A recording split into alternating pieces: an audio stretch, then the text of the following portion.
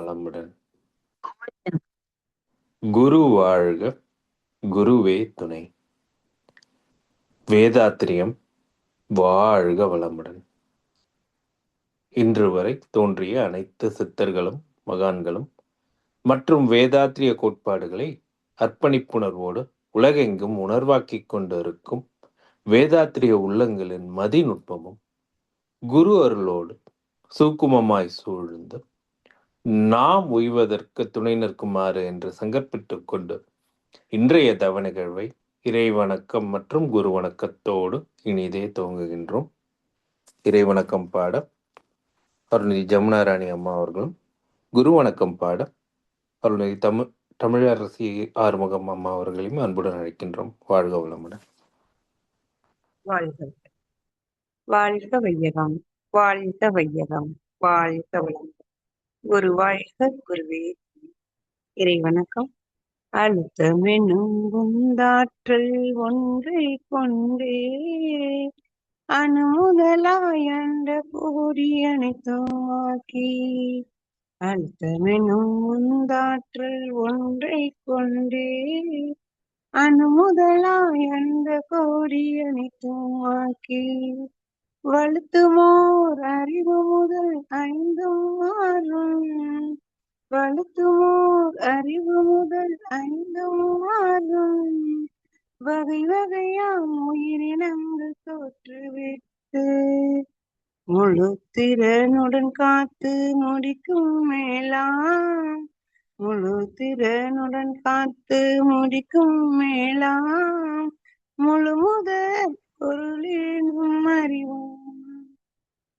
பழுத்த நிலை வரும் வரையில் நீ நான் என்போம், பழுத்த நிலை வரும் வரையில் நீ நான் என்போம், பதமடைந்தோம் ஒன்றானோம் பரமானந்தம், பதமடைந்தோம் ஒன்றானோம் பரமானந்தம், பதமடைந்தோம் ஒன்றானோம் பரமானந்தம். நன்றிகள் ஐயா. வாழ்க வாழ்க வளமுடன். குரு வணக்கம். புருவத்திடை உந்தன் பூவிரலால் தொட்டு எந்தன் உயிருணர்த்தி உன் செயல்கள் பதிவளித்து பூர்வநிலை அறிவறிய துரியம் தந்து கருவறிந்து அகத்தவத்தால் கலங்கங்கள் போக்க பெரும் கலர்த்தமர்த்தி கருத்துடனே விளைவறிந்து ஐந்து புலன்களையாளும் கலை போதித்து உருவத்தில் உயிரை உயிருக்குள் உள்ளமை பொருளை அறிவாய் காட்டி ஒழுக்கத்தால் உலகினையே நட்பு கொள்ளும் அன்பு நெறி விளங்க வைத்து திருத்தமொடு காய கற்பம் சீர்கர்மயோகம் உடற்பயிற்சி தந்து சிந்தனையை உடல் நலத்தை சீரமைத்து உய்வித்த குருவே வாழ்க. சிந்தனையை உடல் நலத்தை சீரமைத்து உய்வித்த குருவே வாழ்க, குருவே வாழ்க. நன்றிகள் ஐயா. வாழ்க வளம். வாழ்க வையகம், வாழ்க வையகம், வாழ்க வளமுடன். இன்று நமக்காக ஆழ்ந்ததொரு 9 மைய தவம் நடத்திய அருள்நிதி ஆனந்த் வெங்கடேஷன் ஐயா அவர்களை வாழ்த்துவோம். அருள்நிதி ஆனந்த் வெங்கடேஷன் ஐயா அவர்கள் வாழ்க வளமுடன்.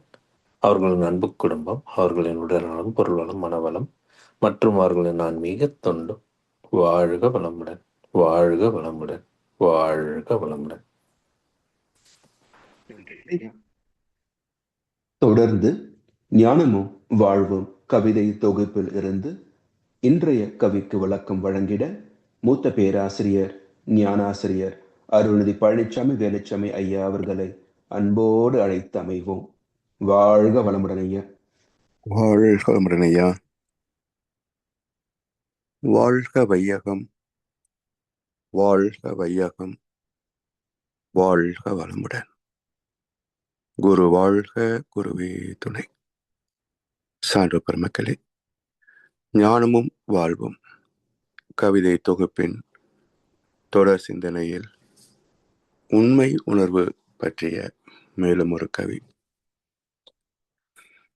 வித்துக்கு வித்தே அருட்பேராற்றல். வித்து, விதை என்று இரண்டு சொற்கள். ஆனால் பொதுவாக விதை என்ற சொல்லே பயன்பாட்டில் இருக்கிறது. விதை என்பது பெயர் சொல் அல்ல, அது வினை சொல். வித்து, விதை. வித்து என்பது பெயர் சொல், விதை என்பது வினை சொல். அப்போ வினை சொல்லையே இருமுறை சொல்லியே நாம் பழக்கப்பட்டிருக்கிறோம். வித்து என்கின்ற போது அது எங்கே, எந்த நிற வடிவத்தில், எந்த இடத்தில் இருக்கும்? நாம் பார்க்கின்ற பருப்பொருள் விதைகள் இவை எல்லாமே ஒரு வடிவத்தில் இருக்கின்றனவே தவிர அவற்றை நிலத்திலே நாம் பயிரிடுவதற்காக விதைக்கின்ற போது அந்த விதைகள் தன்னை சிதைத்து கொண்டுதானே தாரமாக வளர்க்கிறது. அல்லது சில பருப்புகள் வகையில அது பூமிக்கு மேல் அந்த பருப்போடு மேலே வந்தாலும் சில நாட்கள் அது உதிர்ந்து மேற்கொண்டு செடி தானாக வளரும். அப்போ இரண்டு நிலைகளிலேயும் எது விதையாக வித்தாக இருக்கிறது என்ற ஒரு ஆழ்ந்த ஆராய்ச்சி செய்கின்ற போதுதான் அந்த இரண்டு பருப்புகளுக்கு மத்தியிலே உள்ள குழிவு அது வெற்றிடம் அல்ல, தாய் செடியின் அனைத்து அனுபவங்களையும் தன்னுள் அடக்கியிருக்கின்ற ஒரு ஜீவகாந்த கருமையம் என்பது புரியும். அப்ப வித்து என்பது பருப்பொருள் அல்ல, அது மறை பொருளாகிய ஜீவகாந்த கருமையம், கேரக்டரைஸ்டு பயோமேக்னெட்டிக் டொமைன் என்று சொல்வார்கள். அதனால்தான் இறைவனுக்கு வித்தகன் என்று ஒரு பெயர் உண்டு. மகிழ்ச்சி அவர்கள் அந்த வித்துக்கு வித்தே என்கிறார். இந்த வித்துக்கு மூலமாக இருப்பது எது என்றால் அதான் மூல வித்தாகிய வித்தகனாக இருக்கின்ற இறைநிலை. வித்தகன் என்றாலும் வித்துக்கு வித்தை என்றாலும் ஒரே பொருள் தான். ஏன்னா வித்துக்கு அகமாக உள்ளே இருப்பது, வித்துக்கு வித்தாக இருப்பது என்று பொருள். அப்ப வித்துக்கு அகமாக உள்ளே இருக்கின்ற இறைநிலை. அப்போ இதை நாம் புரிந்து கொண்டாலே வித்தகன் என்ற சொல்லுக்குள் மிகப்பெரிய பிரம்ம ரகசியம் அடங்கியிருக்கிறது. எப்படி இந்த இரண்டு பருப்புகளுக்கு உள்ளாக காந்த ஆற்றலாக மறை பொருளாக இருக்கிறதோ அதே போல இறைவனும் ஒரு அலைநிலையே, ஒரு கருப்பொருளே தவிர அவனுக்கு எந்த தோற்றமும் வடிவமும் இல்லை என்ற கருத்தில் அவர்கள் இல்லையா? சரி, இந்த வித்தகனுக்கு மூலம் யார் என்றால் சுத்தவேலி. அதாவது வித்துக்கு அகமாக உள்ளிருக்கின்ற நிலை ஒன்று, இது ஜீவன் என்ற நிலைக்கு உள்ளது. இதற்கு முன்பாக இருந்தது பஞ்சபூதங்கள். அதிலே உலகங்களின் ஈர்ப்பு உள் மையம் கொண்டும் அது உலகங்களுக்கு மையமாகவும், உலகங்கள் மூலமாகிய அணுக்களுக்கு மையமாகவும், அணுவுக்கு மூலமாகிய பரமாணுவுக்கு மையமாகவும், இப்படி எல்லாவற்றிலும் மையம் கொண்டிருக்கின்ற அகமாக மையம் கொண்ட அதுதான் வித்துக்கு அகமாக வித்தகன். சரி, இந்த அகப்பொருளுக்கு புறப்பொருள் எது, மூலப்பொருள் எது என்றால் அதுதான் ஆதி சிவம் என்று சொல்லக்கூடிய சுத்த வெளி மெய்ப்பொருள், பரம்பொருள். எனவே எல்லையில்லாத அந்த பியூர் ஸ்பேஸ் சொல்கிறார்களே, அதுபோல் எல்லையில்லாத ஒன்றுதான் எல்லா இயக்கங்களுக்கும், தோற்றங்களுக்கும், ஜீவன்களுக்கும் அகமாக உள்ளே அமைந்திருக்கிறது என்ற ஒரு அற்புதமான கருத்தை தலைப்பிலேயே மகர்ஷி தந்திருக்கின்றார்கள். வித்துக்கு வித்தே அருட்பேராற்றல். அரூபமாக ஒவ்வொன்று இயக்கத்திற்கும் மையமாக இருக்கின்ற பேராற்றல். இதைவிட பேராற்றல் என்று நாம் எதையும் சொல்ல முடியாது. ஏனென்றால் அனைத்தையும் தனக்குள் தங்குவதற்கு இடமளித்து இயக்கிக் கொண்டு அதன் முடிவு நேரத்திலே முடித்தும் வைத்துக் கொண்டிருக்கின்ற எத்தனை வேலைகள் இல்லையா? ஒரு தனி மனிதன், குடும்பம், சமுதாயம், மாநிலம், நாடு, இந்த உலகம், இது போன்ற 10,000 கோடி சூரிய குடும்பங்கள், அதையும் கடந்த மண்டலங்கள், கேலக்சிஸ், இப்படி இத்தனையும் ஒரு ஒற்றை பொருள் நிர்வாகம் செய்கிறது என்று சொன்னால் அதை விட அறிவு மிக்கது, ஆற்றல் மிக்கது வேறு எதுவாக இருக்க முடியும்? அதனால் பேராற்றல், பேரறிவு அதுவே முழுமையானது, பூரணம். அப்போ வற்றாயிருப்பு, பேராற்றல், பேரறிவு என்ற 3 நிலைகள் மூலப்பொருளாகிய இறைநிலையில் இருக்கிறது. அதுவே எழுச்சி பெற்று வந்த நிலையிலே காலம், ஒவ்வொரு இயக்கத்திற்கும் பிறப்பு நேரம், வாழ்வு நேரம், முடிவு நேரம் என்று உண்டு இல்லையா? அது காலம் என்ற எல்லைக்குள் கட்டுப்படுகிறது. இப்படி வித்துக்கு வித்தே அருட்பேராற்றல் அரூபமாக ஒவ்வொன்றுக்குள்ளும் அமைந்து இயங்கிக் கொண்டே தன்னை வெளிப்படுத்திக் கொள்ளாமல் இருக்கின்ற ஒரு மறைபொருள் இறைநிலை. அது எதிலெல்லாம் இருக்கிறது என்பதற்கு ரோமானமாக இந்த கவி பறவைகளின் காலடியின் அடையாளத்தை பார்க்க முடியாது நாம் ஆகாயத்தில், துறவிகளின் அறிவு நிலை உயர்வை மற்றோர் தெரிந்து கொள்ள முயற்சித்தால் அதுவும் ஆகா, திறவுகோல் இல்லாமல் பூட்டு ஒன்றை திறப்பதுவும் மிக கடினம், இவற்றை போன்றே பிறவியதன் முன் பின்னாம் நிலையை பற்றி பேச விளக்க கடினம் மொழியின் மூலம் என்று பல தன்மைகளை இதிலே ஒரு கவியாக தந்திருக்கின்றார். இப்போ பறவைகளின் காலடியின் அடையாளம், பறவைகள் எப்படி வந்து போகின்றன? அதாவது எத்தனையோ பறவைகள் வந்து போகின்றன. ஆனால் குறிப்பாக நமக்கு தெரிந்தது ஆஸ்திரேலியாவிலிருந்து வரக்கூடிய ஒரு பறவை வேடந்தாங்கலில் வந்து இருந்து முட்டையிட்டு திரும்ப அது ஆஸ்திரேலியா போய்விடுகிறது. அதை இங்க இருக்கின்ற ஏதோ ஒரு பறவை அதை அடை காக்கும். அந்த அடை காத்து குஞ்சாக வெளிப்பட்ட உடனேயே அது சிறகு முதிர்ந்த உடனே அந்த குஞ்சு மீண்டும் ஆஸ்திரேலியாவுக்கு போய்விடுகிறது. இப்போ 6 அறிவு படைத்த நமக்கு வழி தெரியாமல் திண்டாடுவது மிக பழக்கமான ஒன்று. அப்படியே அறிவு ஜீவியாக இருந்தாலும் கூட ஜிபிஎஸ் இல்லாமல் பயணிக்க முடிகிறதா என்று பாருங்க, முடியறதில்லை.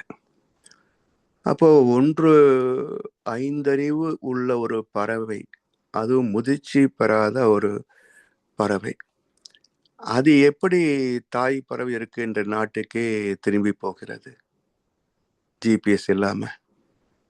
இது ஒரு ஆச்சரியம் இல்லையா? அப்போ இயற்கையினுடைய அமைப்பு என்ன என்றால், characterization can never be erased என்று விஞ்ஞானம் சொன்னதே அதேதான். எந்த ஒரு அலை இயக்கமும் அலை அதிர்வும் அழிந்து போவதே இல்லை. எல்லா காலத்தில் நிகழ்ந்த அத்தனையுமே 40 அலை வேகத்திற்குள்ளாக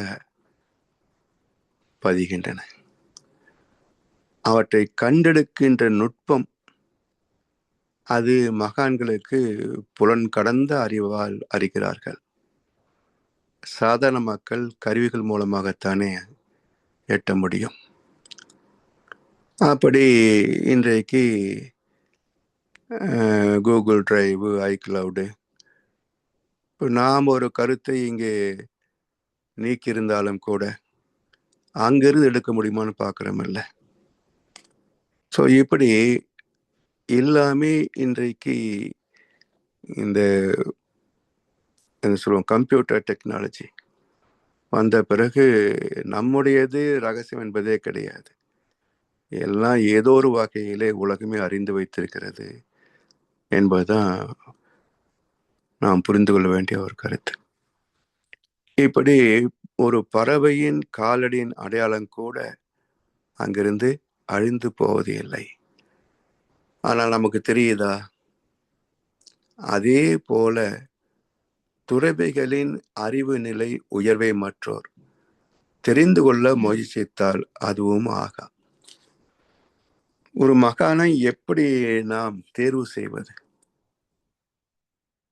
அவருடைய அறிவு நிலை என்ன? அதாவது மகர்ஷியை பற்றி குரு பக்தியோடு தெரிந்து கொண்டவர்கள் சொல்கின்ற கருத்து என்ன அப்படின்னா, மகர்ஷி தெரிந்து வைத்திருக்கின்ற விஷயங்கள் எல்லாமே நாம புரிந்து கொள்ளவில்லை, வாங்கி கொள்ளவில்லை. மகர்ஷியும் கொடுத்து பார்ப்பாங்க, நமக்கு விளங்குறதே இல்லை. அதனால் இவங்க அறிவுக்கு இவ்வளவு போதுமாக இருக்குன்னு நிறுத்திக்கிட்டாங்க. உண்மையிலேயே இதை புரிந்து தெளிந்து மகிழ்ச்சியிடத்திலே தொடர்பு கொண்டிருந்தால் அவர் தெரிந்த அத்தனை வித்தைகளை நமக்கு கற்றுக் கொடுத்திருப்பார். அப்படிப்பட்ட சீடனைத்தான் மகிழ்ச்சி எதிர்பார்த்தார். கடைசியில மகிழ்ச்சி சொன்ன ஒரு கருத்து என்ன என்றால், நான் எதிர்பார்க்கின்ற அளவிலே ஒருத்தர் கூட அமையவில்லை என்ற கருத்தை தான் கடைசியில் அவர் சொன்னது. ஸோ காரணம் என்ன அப்படின்னா, மகர்ஷியும் பேராசிரியர்களுக்கு வகுப்புன்றெல்லாம் சிலர் நடத்தினார். பார்த்தா சில விஷயங்களாகத்தான் இருக்குமே தவிர நுட்பங்கள் எதுவுமே கிடைக்கல. அப்போ யோசிச்சு பார்த்தா தெரியுது, இந்த கூட்டத்திற்கு இதுக்கு மேல் புரிந்து கொள்ளக்கூடிய அறிவு இல்லை. அதனால் அவர்களுக்கு என்ன கொஞ்சம் கை தூக்கிவிட முடியுமோ அதை மட்டுமே மகர்ஷி பேசியிருக்கிறார் என்பதை புரிந்து கொள்ள முடிந்தது. இப்படி எல்லாம் நுனிப்புள் மேய்கின்ற ஆட்கள் தான் அதிகமே தவிர இதற்குள் ஆழ்ந்து முத்தெடுக்கக்கூடியவர்கள் மிக சிலர் தான். அது மகர்ஷி வாழ்ந்த காலத்திலே அந்த வாய்ப்பு கிட்டியிருந்தால் அந்த ஒரு சிலராவது மேன்மைக்கு வந்திருக்கலாம். அதனால் இன்றைக்கு மகர்ஷி அறிவுபூர்வமாக அறிவின் மூலமாக உணர்த்துகின்ற கருத்து தான். சரி, இது எப்படி புரிந்து கொள்வது?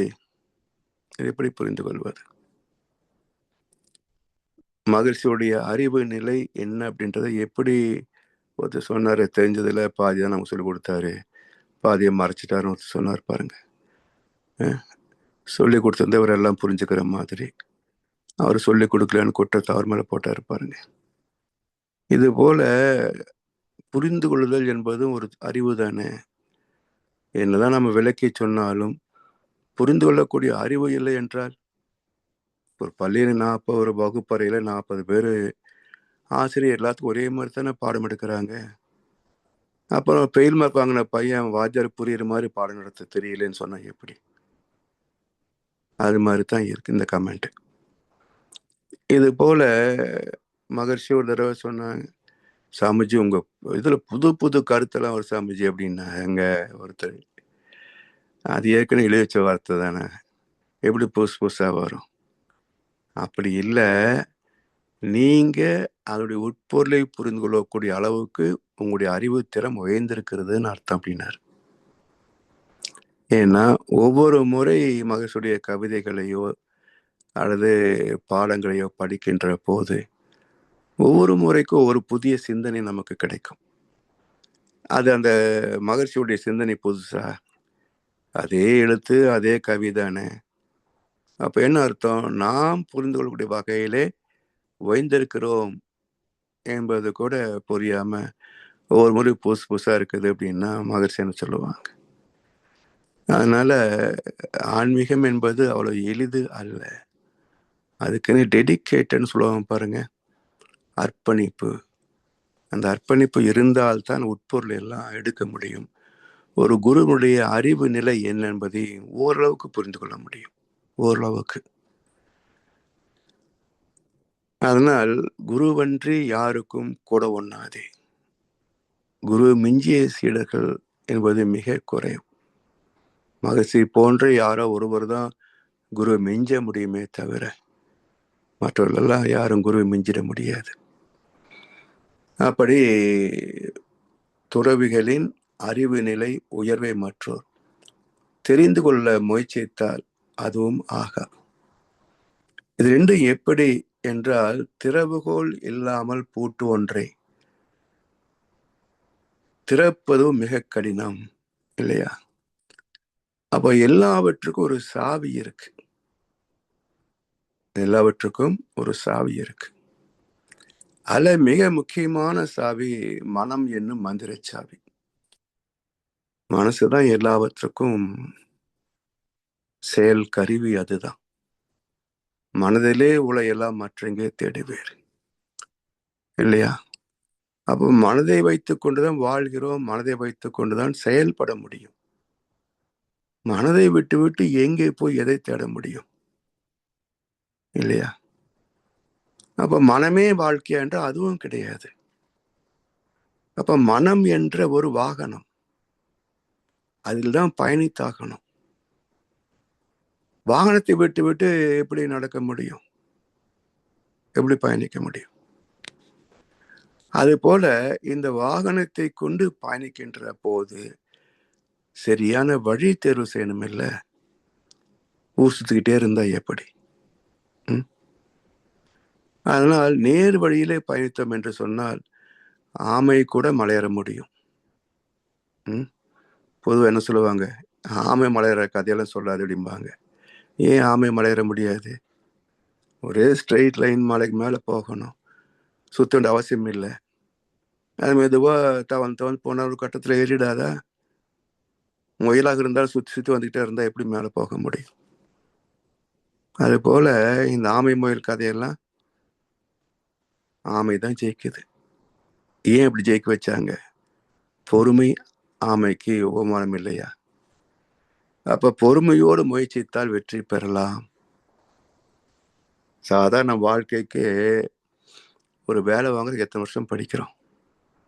ப்ரீகேஜிலிருந்து ஒரு போஸ்ட் கிராஜுவேஷன் படிக்கிற வரைக்கும், இல்லை மினிமம் டிகிரி படிக்கிற வரைக்கும் எத்தனை வருஷம் கணக்கு போடுங்களேன். வெறும் வயிற்று கல்விக்கு இத்தனை வருஷம் படிக்க வேண்டியிருக்கு. வாழ்க்கை கல்வியின் அவ்வளவு விட லேசா என்ன? அதுக்கு பொறுமை வேண்டாமா? வந்தேன், பார்த்தேன், உட்காந்தேன், தவம் வரல, படித்தேன், புரியல அப்படின்னா என்ன பண்ணுவது? அதனால தமிழர் மணியன் சொல்லுவார், ஒரு சொற்பொழிவு என்றால் ஏதோ ஒரு கருத்தாவது நமக்கு தெரியாத ஒன்று இருக்கணும், அதுதான் மனிதனை உயர்த்த வல்லது அப்படிம்பார். அது போல நமக்கு புரியுற மாதிரி பேசினா அதுக்கு நமக்குள்ளேயே பேசிக்கலாம். நமக்கு புரியாத ஒன்றையும் தெரிய வைத்தால் அதுதான் சிறந்த சொற்பொழிவு. அப்படி அதை புரிந்து கொள்கின்ற போதுதான் வளர்ச்சி இருக்கும். அதனால் அப்படி தூக்கிவிடக்கூடிய, கை தூக்கிவிடக்கூடிய ஒருத்தர் தான் குரு. அறிவில் அறிவாய் நிலைத்தோர், அறம் வகுத்தோர், அதை வாழ்ந்து காட்டினோர்.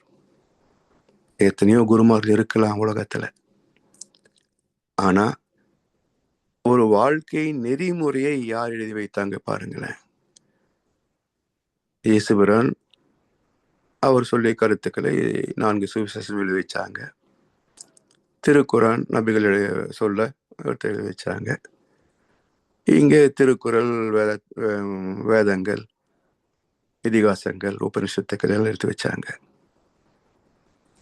அவர்களுக்கு பிறகு மகர்ஷி தானே ஒரு முழுமையான வாழ்க்கையை எழுதினாங்க. அப்போ இந்த ஒன்றை நாம் சிந்தித்து பார்த்தாலே மகிழ்ச்சி எந்த உச்சத்தில் இருக்கிறான்னு புரிஞ்சுக்க முடியாதா?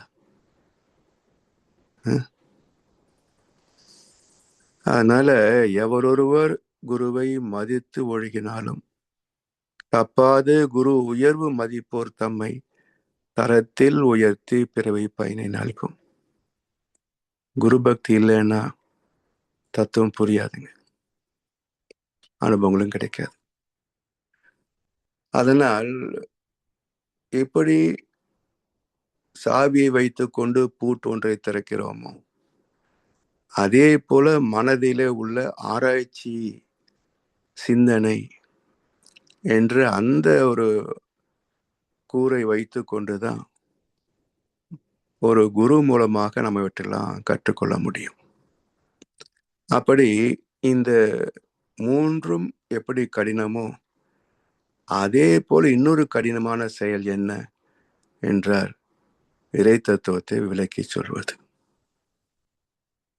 உயிர் தத்துவத்தை விளக்கி சொல்வது. இதோ லேசப்பட்ட காரியம் இல்லையே. எல்லாரும் சிலை வடிவங்களைத்தான் தெய்வங்களாக நம்புகிறார்கள், வழிபடுகிறார்கள், மதிக்கிறார்கள். தன்னுள்ளும் இறைவன் இருக்கிறான் அறிவாக என்பதை எத்தனை பேர் ஏற்றுக்கொண்டார்கள், தெரிந்து கொண்டார்கள்?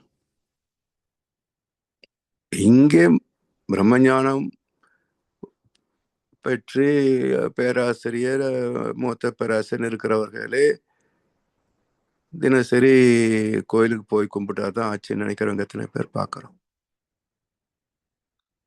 போக வேண்டான்னு சாமி சொல்லலை, ஆனா அதற்குள் இருக்கின்ற தத்துவம் என்னன்னு புரிஞ்சுக்கிட்டு போங்க. இதை செய்தாதான் நல்லது நினைக்கிறத விட இதை செய்கின்ற போது இந்த வகையிலே நமக்கு நன்மை பாய்க்கிறதுன்னு தெரிஞ்சு செய்வதிலே பலன் அதிகம் இல்லையா? இல்லையா? அர்த்தம் தெரியாம செய்வதை விட இதற்காகத்தான் இதை செய்கிறேன் என்று தெரிந்து செய்தால் பலன் அதிகமா இல்லையா? அப்போ யார் மேல குறைங்க? எல்லாருக்கும் அள்ளி கொடுத்தார் மகரிஷி. ஆனா அவரை எடை போடக்கூடிய தகுதி நமக்கு இல்லைன்ற முதல்ல தெரிஞ்சுக்கணும். ஸோ எவ்வளவு பெரிய உயர்ந்த ஒரு நிலையில இருந்தால்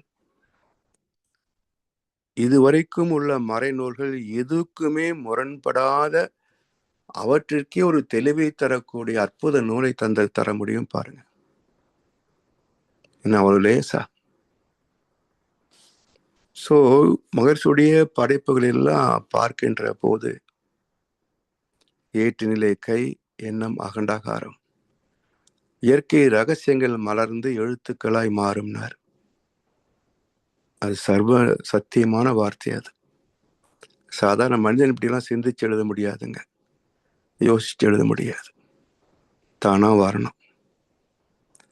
அப்படி வந்து விழுந்த தத்துவங்கள் தான் வேதத்திரியம். அதை புரிந்து கொள்வதற்கே நம்முடைய அறிவு எந்த அளவுக்கு உயர்கிறது என்பது அவர்கள் தான் தீர்வு செய்து கொள்ளணும். அதனால் இந்த 3ஐ போல எப்படி பறவைகளின் காலடியின் அடையாளத்தை நாம் பார்க்க முடியாது, துறவிகளின் அறிவு நிலை பற்றி நம்ம தெரிந்து கொள்ள முடியாது, ஒரு சாவி இல்லாமல் பூட்டை திறப்பது மிக கடினம். இதே போலத்தான் பிறவியதன் முன் பின்னாம் நிலையை பற்றி பேச விளக்க கடினம் மொழியின் மூலம். ஏன் மொழியின் மூலம் கடினம் என்றால், வித்து என்று மகர்ஷி ஒரு வார்த்தையை சொல்றார். ஏற்கனவே சொல்லியிருப்பேன்னு நினைக்கிறேன். ஒரு முறை மகர்ஷியுடைய அறையிலே ஒரு 15-20 பேரரசர்கள் எல்லாம் சந்திக்க போன போது மகர்ஷி அன்றைக்கு காயல் பற்றி பேசினார். ஒரு 1/2 மணி நேரம் பேசினார். அப்ப அந்த ஓஜஸ் மூச்சு போடும்போது வித்து சக்தி அப்படி நீரூற்று போல போய் மூளை வழியாக கீழே பரவும் அப்படின்னாரு. கீழே இறங்கி வரும்போது ஒரு பேரரசர் கேட்டார், அது எப்படிங்க வித்து சக்தி ஃபவுண்டன் மாதிரி மேலே போகும்னு சொல்றாங்க, தண்ணி எப்படி மேலே போகும்?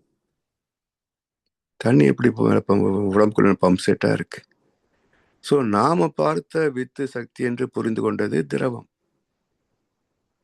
ஆனால் வித்து என்ற சொல்லுக்கு பொருள் என்ன? அது புரிஞ்சிருந்தா அர்த்தமும் தெரிஞ்சிருக்கும் இல்லையா? சரி, அவர் தெரியல, கேள்வி கேட்டுட்டார். மிச்சம் இருந்தோமே, இப்ப யாருக்கும் தெரியல, தெரிஞ்சத பதில் சொல்லியிருப்பாங்கல்ல. இப்படித்தான். இது போல இது வெறும் பெருமைக்குரிய பதவி அல்ல. நான் துணை பேராசிரியர், மூத்த பேராசிரியர், இது பெருமைக்குரிய பட்டமா என்ன? இல்ல ஞானாசிரியர் வேற. இது பெருமைக்குள்ள பட்டம் அல்ல. அவரவர்களே தம்மை தகுதிப்படுத்தி கொண்டால் வேற யாரும் சான்று தர வேண்டிய அவசியம் இல்லை. சான்று தரவும் முடியாது. எதை வச்சு ஞானாசிரியர் பட்டம் நம்ம கொடுக்க சொல்லுங்க? ஞானத்தை வச்சுதான் கொடுக்கணும். ஞானத்தை அளக்க முடியாது மகரிஷி சொல்லிட்டாங்க. அப்புறம் எப்படி நாம் அளக்கிறது இல்லையா? இதெல்லாம் ஊக்கப்படுத்துவது சரி. ஆனா அதே அடையாளமா வச்சுக்கூடாது. இல்லை, ஊக்கப்படுத்துறதுக்காகத்தான் நம்ம கொடுத்துருக்குறாங்க, புரிஞ்சுக்கணும். அதே அடையாளம் வச்சுட்டு எனக்கு தெரியாது ஒண்ணும் இல்லைன்னு போனா சிக்கல் தானே. அதனால இதே போலத்தான் பிறவியதன் முன் பின்னாம் நிலையை பற்றி பேச விளக்க கடினம். வெறும் வார்த்தைகளை விளக்க முடியாது. ஏன்னா ஏற்கனவே வார்த்தைகளுக்கு ஒரு பொருளை நாம் மூளையில வச்சிருப்போம். ஒவ்வொரு வார்த்தைக்கும் ஒரு அர்த்தத்தை மூளையில வச்சிருப்போம். வித்து என்று சொல் மாதிரி வச்சுங்களேன். சோ மகிழ்ச்சி வித்து என்பதை அவர் வித்துக்கு வித்தே அருட்பேராற்றல், அது காந்தலைகளாக மேல போய் அப்படியே பரவுது அப்படின்றத அவர் அகக்காட்சியாக பார்த்துக்கிட்டே விளக்குறார். நமக்கு எழுத்து வார்த்தை மட்டும்தான் தெரியும். அப்ப வித்சக்தி நாம பார்த்து தனியே தானே பார்த்தோம். அது எப்படி மேல போகும்? கேள்வி நியாயம்தான்.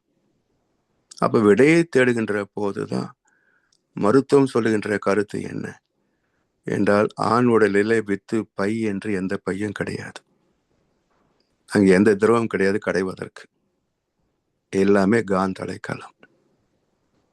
ஸோ இன்ஸ்டன்ட் கன்வர்ஷன்,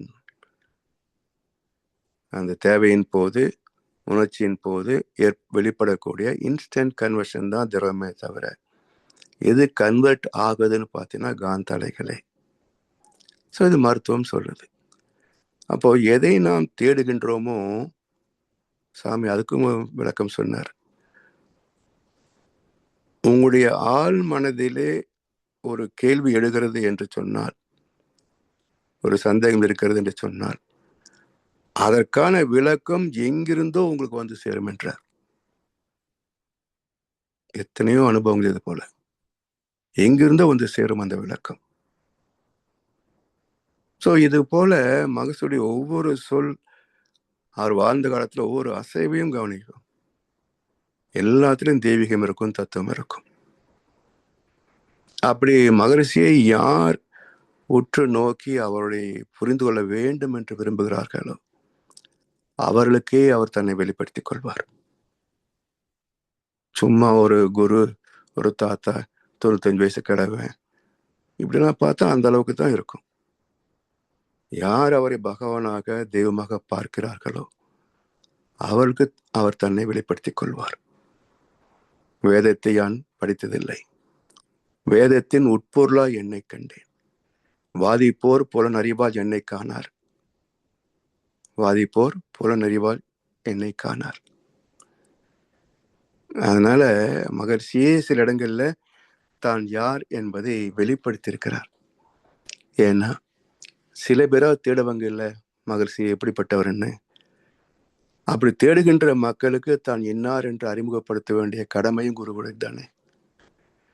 அதனால் எந்த நிலையில இருந்து நான் இதெல்லாம் செய்தேன் என்ற சூட்சுமத்தையும் சில இடங்களிலே மகர்ஷி வெளிப்படுத்தி தான் போயிருக்கிறார். அப்படி மகர்ஷி நமக்கு நம்முடைய லெவல் இம்ப்ரூவ் ஆவதற்கு தேவையான அனைத்தையும் தந்துதான் சேர்ந்திருக்கிறார். குறை வைப்பதற்கு அவரும் வியாபாரி இல்லை, எதுக்கு கொடுக்கணும்னு நினைக்கிறதுக்கு அவர் மதவாதி இல்லை. பரந்த மனதோடு விரிந்த மனதோடு எல்லோரையும் பிரம்மஞானிகளாகவே பிரம்மமாகவே பார்த்து தான் நடந்து கொண்டாரே தவிர எந்த இடத்துலையும் அவர் பேதப்படுத்தி பார்த்ததை நாம் பார்க்கல. அதனால் இந்த பிறவி எதன் முன் பின்னாம் நிலையை அறிந்து கொள்ள வேண்டும் என்றால் வித்துக்கு வித்தே அருள் பேராற்றல். வித்து இல்லாமல் செடி முளைக்காதுங்க. ஏதோ ஒரு வகையில வித்து இருக்கும், பஞ்சபூதங்களும் வித்து தான். அதாவது வீதி எங்கும் புல் முளைக்கும், விதையை கண்டது உண்டா என்பார் கண்ணதாசன். இப்ப வீதி எங்கும் புல் முளைக்கும் விதை யார்? விதை இல்லையா? பஞ்சபூதங்களே அதுக்கு விதையாக மாறும். அதனால் மூலம் இல்லாமல் வராது. ஸோ வித்து என்றால் அருட்பேராற்றல், அதான் அசல் வித்து. அவன்தான் வித்தகன். அதை புரிந்து கொண்டால் உண்மை உணர்வு உள்ளடங்கிய மெய்ப்பொருளே அனைத்துமாக இருக்கிறது, என்னுள்ளும் இருக்கிறது. வேண்டியவர் வேண்டாதவர் அவனுக்கு இல்லை, மன வீட்டுக்குள்ளே அவன் இருந்தும் காண்பவர் இல்லை என்றார் கண்ணதாசன். அப்படி நமக்குள்ளேயும் இருக்கிறான், ஆனா பார்க்கத்தான் தெரியல. பார்க்கக்கூடிய வழிவகையை சொன்னவர் காயத்ரி மகர்ஷி அவர்கள். புரிந்து கொண்டவர்கள் பயன்பெறலாம். அதற்கான வழி நம் கடமை. அறவாழ்வின் நாட்டத்தை சிறக்கட்டும் என்று சொல்லி வாய்ப்பளித்த செவிமடுத்த அனைவருக்கும் நன்றி பாராட்டி இன்றைய சிந்தனையை நிறைவு செய்கின்றோம். வாழ்க வளமுடன், வாழ்க வளமுடன், வாழ்க வையகம். வாழ்க வளமுடன் ஐயா.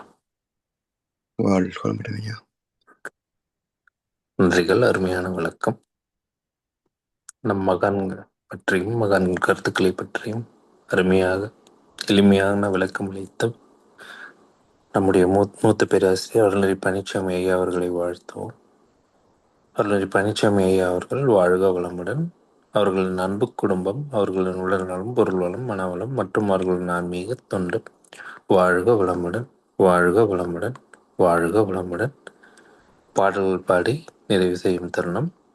வேதாத்திரிய பாடல் பாட அருள்நெறி கிருபாநிதி அம்மா அவர்களும், பிரம்மஞான கவி பாட அருள்நெறி தாரகேஸ்வரி அம்மா அவர்களும், உலக நல வாழ்த்து பாட அருள்நெறி சாந்திகண்ணன் அம்மா அவர்களையும் அன்புடன் அழைக்கின்றோம். வாழ்க வளமுடன்.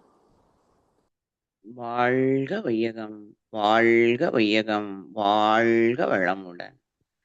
போரில்லா நல்லுலகம், பொருள் துறையில் சமநீதி, நேர்மையான நீதிமுறை, நிலவுலகுக்கோர் ஆட்சி, சீர் செய்த பண்பாடு, சிந்தனையோர் வழிவாழ்வு, சிறப்புணர்ந்த பெண்மதிப்பு, தெய்வ நீதி வழிவாழ்தல், தேர்திருவிழா தவிர்த்தல், சிறுவர்க்கே விளையாட்டு, செயல் விளைவு உணர்கல்வி, சீர்காந்த நிலை விளக்கம், பார் முழுவதும் உணவு நீர் பொதுவாக்கல், பல மதங்கள் பல கடவுள் பழக்கம், ஒளித்துண்மை ஒன்றை தேர்ந்தெடுத்தல், பல கடவுள் பழக்கம், ஒளித்துண்மை ஒன்றை தேர்ந்தெடுதல். வாழ்க வளமுடன், வாழ்க வளமுடன். நன்றி ஐயா. வாழ்க வையகம், வாழ்க வையகம், வாழ்க வளமுடன். பிரம்மஞான கவி. இறைவெளியே தன்னிருக்க சூழ்ந்தழுத்தும் ஆற்றல், சூழ்ந்தழுத்தும் ஆற்றல், இதன் திணிவு மடிப்பு விழ சுழலும் நுண்விண்ணாம், இதன் திணிவு மடிப்பு விழ சுழலும் நுண்விண்ணாம், நிறைவெளியில் விண் சுழல நெருக்குகின்ற உரசல், நெருக்குகின்ற உரசல், நிலைவெளியில் நேரலைகள் காந்தமாம், நிலைவெளியில் எழுப்புகின்ற நேரலைகள் காந்தமாம், மறைபொருளாம் காந்தம் தன் மாத்திரைகள் ஐவகை, தன் மாத்திரைகள் ஐவகை, மலைக்காதீர்வின் கூட்டம் மாபூதம் ஐந்துமாம், மலைக்காதீர்வின் கூட்டம் மாபூதம் ஐந்துமாம், முறையாய் அக்காந்த அலை மனமாம் உயிர் உடல்களில், மனமாம் உயிர் உடல்களில், மதி உயர்ந்தி உண்மை பெற மா பிரம்ம ஞானமாம், மதி உயர்ந்தி உண்மை பெற மா பிரம்ம ஞானமாம், மா பிரம்ம ஞானமாம். நன்றி ஐயா. வாழ்க வளமுடன். வாழ்க வளமுடன், வாழ்க வையகம், வாழ்க வையகம், வாழ்க வளமுடன். குரு வாழ்க, குருவே துணை. உலக நலவல். உலகமெல்லாம் பருவமழை ஒத்தபடி பெய்யட்டும், உழவரெல்லாம் தானியத்தை உவப்புடனே பெருக்கட்டும். பல தொழில்கள் புரிகின்ற பாட்டாளி உயரட்டும். பகுத்துணர்வில் தொகுத்துணர்வு பண்பாட்டை உயர்த்தட்டும்.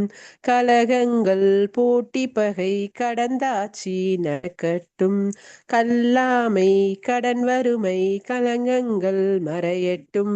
நலவாழ்வை அளிக்கும் மெய் ஞான ஒளி வீசட்டும். நம் கடமை அறவாழ்வின் நாட்டத்தே சிறக்கட்டும். நம் கடமை அறவாழ்வின் நாட்டத்தே சிறக்கட்டும். நம் கடமை அறவாழ்வின் நாட்டத்தே சிறக்கட்டும். வாழ்க வையகம், வாழ்க வையகம், வாழ்க வளமுடன். நன்றி ஐயா. வாழ்க வளமுடன். இன்றைய தவத்தில் கலந்து கொண்ட அன்பர்கள், தவத்தை வழிநடத்தியோர், நற்சிந்தனை வழங்கியோர், பாடல்கள் பாடியோர் அனைவரும் வாழ்க வளமுடன். அவர்களின் அன்பு குடும்பம், அவர்களின் உடல் நலம், மனவளம், பொருள் வளம், அருள் தொண்டு, ஆன்மீக தொண்டு வாழ்க வளமுடன், வாழ்க வளமுடன், வாழ்க வளமுடன். இதுடன் இன்றைய காலை தவம் நிகழ்வும் மகிழ்வோடும் நிகழ்வோடும் இனிதே நிறைவு பெறுகிறது. இறையருளும் குரு அருளும் நம் அனைவரையும் எப்பொழுதும் சூழ்ந்திருந்து நம்ம இந்த இறைநிலை உணர் பயணத்தில் சிறந்த முறையிலே வழிநடத்தட்டும் என அனைவரையும் வாழ்த்தி வணங்கி நன்றி கூறி அமைகிறோம். வாழ்க வையகம், வாழ்க வையகம், வாழ்க